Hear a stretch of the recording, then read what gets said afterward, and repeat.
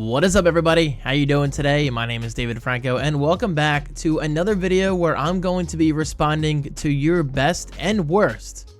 And I do mean worst, because I took a little sneak peek at some of them, and they just make me cringe, you know? But anyway, guys, these are your hot takes, best and worst, at least in relation to tech. Now, should I do future hot takes in relation to other things? Not politics. I don't do politics, but like movies, my personal life, or whatever.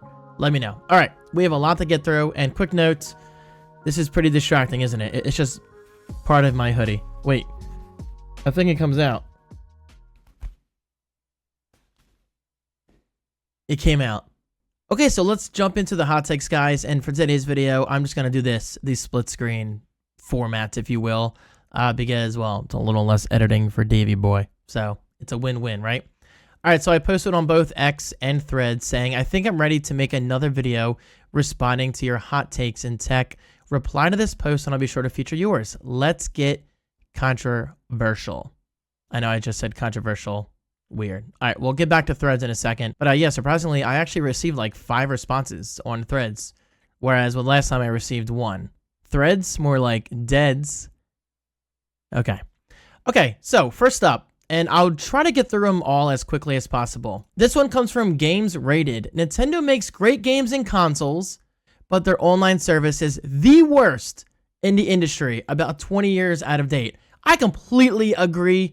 I love Nintendo. I love their IPs, meaning I love Mario, I love Donkey Kong, I love Yoshi, I love Animal Crossing, you know, like, but Nintendo, we need to get away from friend codes. I've had my Switch since launch day in like March 2017, I think it was, and I still don't have my friend code memorized. Okay, so could I memorize it? Absolutely, but I refuse to because it's stupid. I'm never ever going to memorize my friend code. Nintendo, get with the times. Give us simple gamer tags like we use on Xbox and PlayStation, and just keep it simple. It's 2024. Games Rated. I love that. I love that. Well said. All right. This one comes from Nick, the Tech Beast. The Steam Deck is full of old tech. Updated, it's outdated and overrated in its current form. Now, I do not personally own a Steam Deck, but shout out to my friend Joey Image. Probably not going to like hearing this, Joey. Joey let me use his Steam Deck for a little bit. Now, keep in mind, he had his modded or whatever, you know, meaning I could play ROMs and emulators and stuff like that. But even then, based on what Joey showed me, I was not impressed with the Steam Deck. It was too big, too bulky. ROMs and emulators were crashing, which might not be the Steam Deck's fault because, well, anytime you modify anything, obviously things can go wrong. So I'm not going to blame the Steam Deck for that. But there was one thing I absolutely despised about the unit, and that's the fact that you could hear the fan noise quite easily. And guys, honestly, it wasn't even doing all too much. It was playing like a basic ROM. I forget, some kind of Genesis, Super Nintendo game, whatever.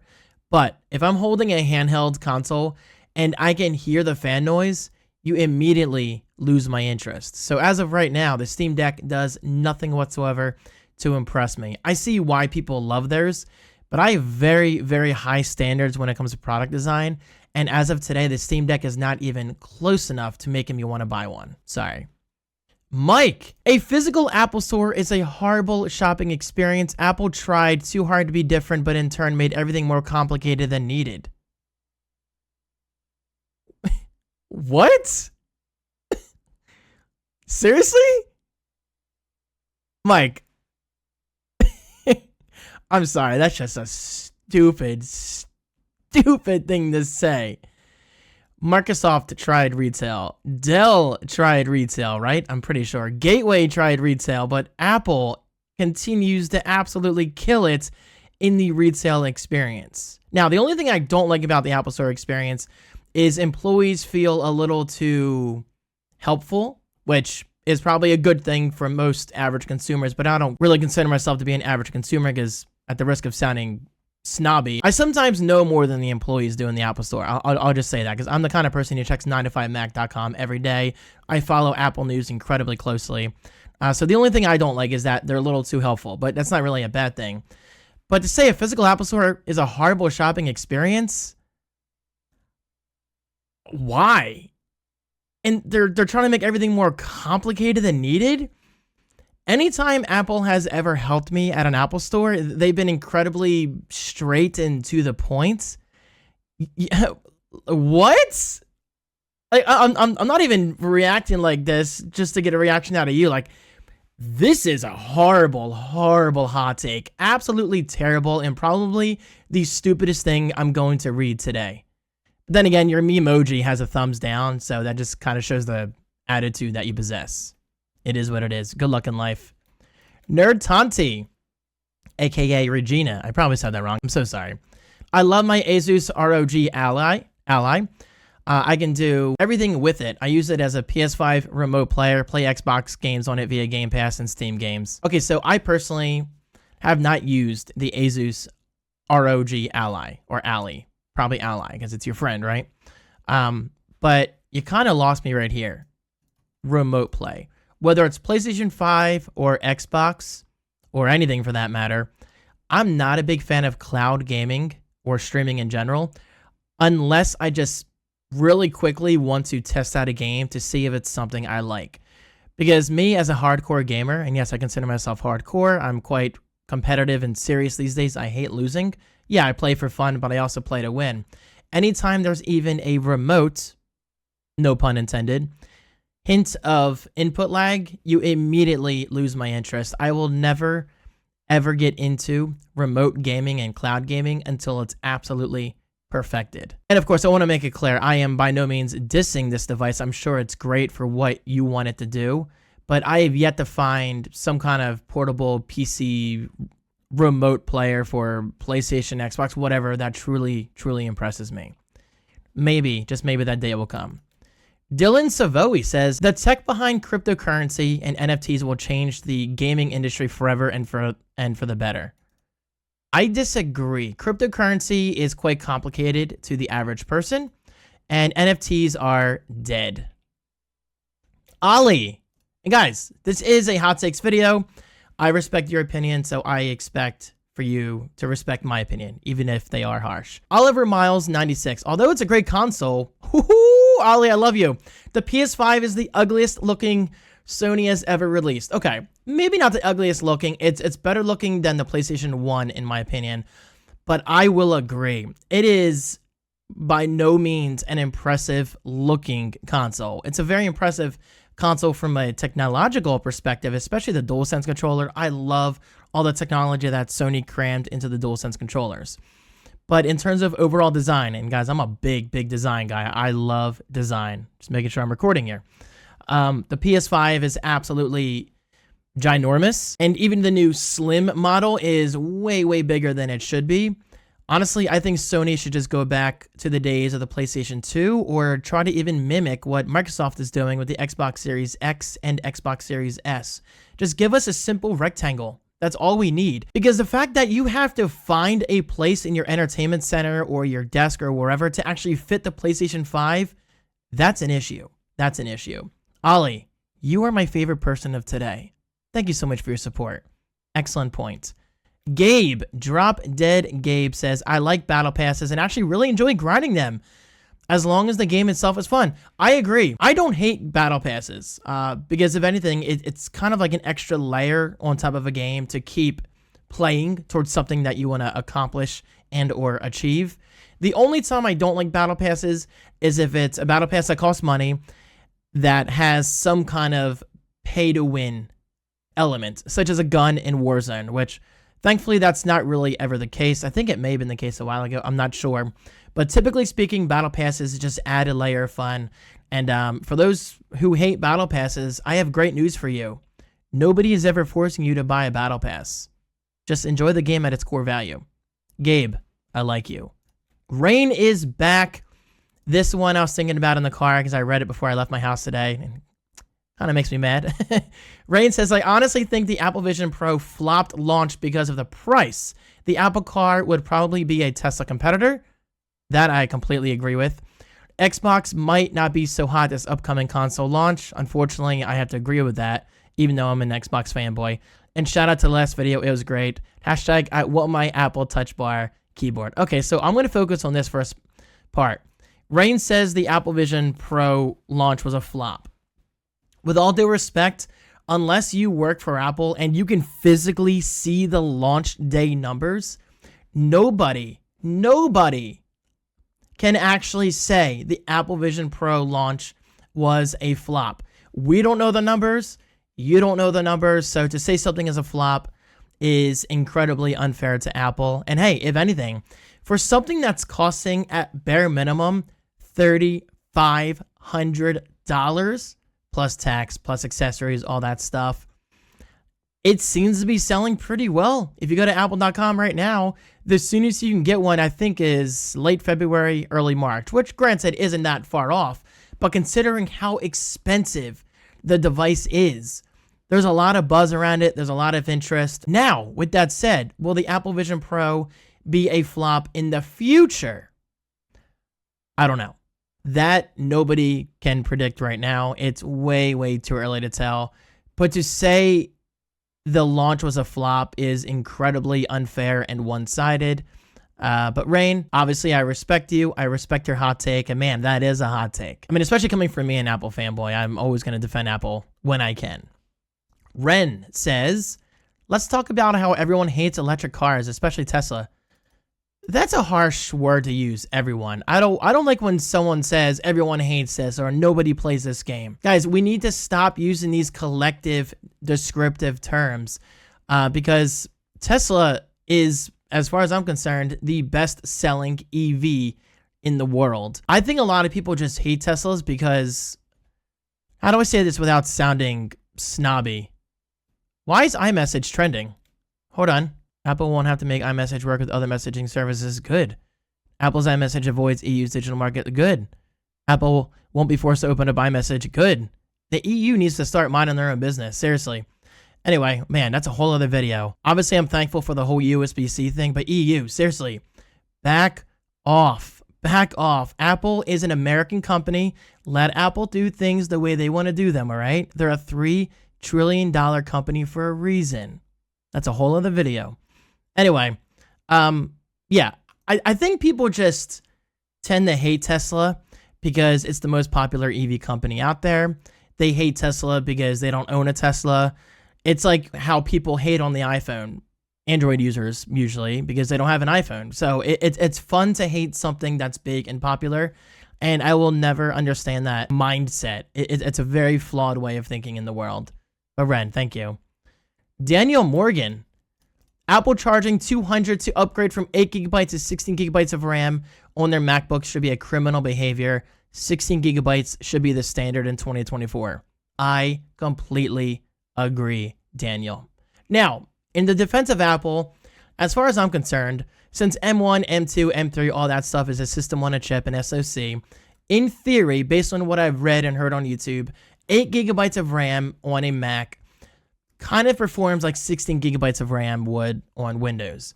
But still, I completely agree. 16 gigabytes in the eye of the public consumer just sounds better. It sounds like it makes more sense. But hey, at the same time, speaking of average consumer, how many people truly care about the fact that their computer has so-and-so RAM? I care. You care. But I guarantee you, if you ask someone like my mom or my dad or your next door neighbor or whoever, they'll be like, I don't care. As long as it works, it runs fine. It doesn't hiccup or glitch or bug out, and it runs fast and runs smooth. That's all that matters to me. But I agree. Apple nerds like you and myself, 16 gigabytes should absolutely be the bare minimum. Gaming on a Mac comes from Lorenzo UK. Yay or nay? Yay. I don't think anybody with a working brain buys a Mac with the intention of gaming. It's like buying an Apple Vision Pro for gaming. Yeah, it's there, but it's there. There's really no other way to say. I mean, it's like a very bottom layer. It's a bottom. Hold on. Rewind. Gaming is starting to become a bigger priority for Apple as they've clearly advertised Resident Evil and whatever in recent keynotes, you know? But gaming on a Mac, I mean, if you're going to do it, just do it with realistic expectations. Harley Quinn's baseball bat. Love that name. Alexa hears the moans people make when the coffee goes through them when they're on the toilet. Amazon databases can create bathroom moaning deep fake compilations.